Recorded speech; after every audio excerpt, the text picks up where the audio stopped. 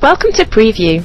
Preview is a JISC-funded project to deliver problem-based learning scenarios for students on healthcare courses via the virtual environment Second Life. 4 different problem-based learning scenarios have been developed for paramedic students here on the St George's University Second Life Island, with different environments set up to put the scenarios into relevant contexts, whether it be an underground,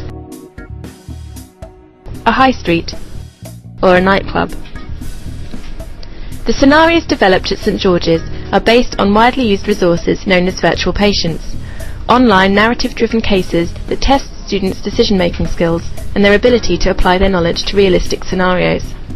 The cases adhere to the Medbiquitous Virtual Patient Standard, meaning that the scenarios can be interoperable between any platform, whether it be a virtual world or a web browser. Using the virtual patient format of narrative with choices that ultimately affect the path of a scenario, 2 different types of scenario have been developed, an avatar-driven and an information-driven.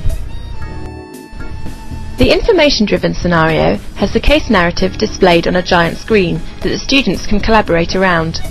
Students can view media, such as images or sound files, at certain points in the case by selecting the media button. At various points in the case, they will have to make decisions on what to do next. To make a choice, they select one of the numbered buttons down the side that corresponds to the numbered option written on the screen. The narrative describing what is happening will then reflect what they have decided to do. For example, if they choose to introduce themselves to the patient, any other correspondence with the patient is easy. If they do not introduce themselves, any other correspondence they attempt will not yield a forthcoming response from the patient. Students collaborate around the information-driven scenarios by having a designated member of the group to choose the options on the player, and they all see the same big screen. This type of scenario is very similar to online virtual patient cases, the only difference being that in Second Life they all view the same resource together and proceed together, discussing what decisions to make within their PBL group. The avatar-driven scenarios make more use of objects within Second Life.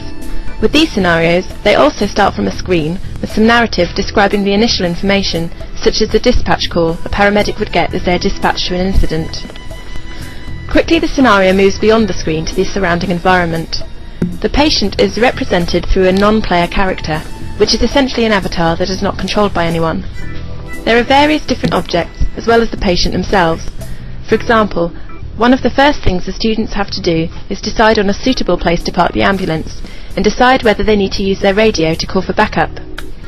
As with the information-driven scenarios, the scenario adapts to reflect the decisions the students have made.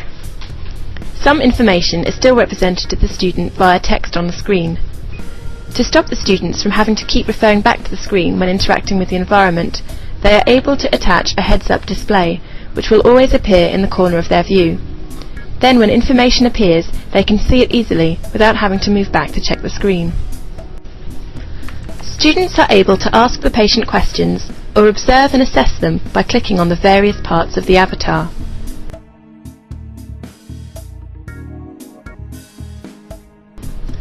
The paramedic students also receive an equipment box stored in their inventory.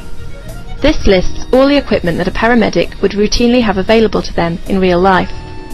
At any point, they can drag an object from their inventory that they would like to use and click on it to select the possible options. As with the information-driven scenarios, each scenario needs to have a person nominated to act as the clicker, who will interact with the objects once the group have decided what action to take. For example, if the group decide they need to administer a painkiller, the clicker will pull the pillbox out of their inventory. Although all students have the same inventory list to refer to, only one of them needs to pull it out into the environment. Once the object is out of the inventory, all of the students can click on it to see the possible actions available. In the example of the pillbox, they can see the drugs available to administer. Again, once they decide which option to then choose, only the clicker selects it. The scenario will update to reflect this decision, and this update will be visible to everyone. All the scenarios start with dispatch to scene, followed by an assessment of the patient, a decision of how to treat, and then transfer to hospital. They all end with the handover at hospital, in which the students summarise the case on a note card that then gets posted to their tutor.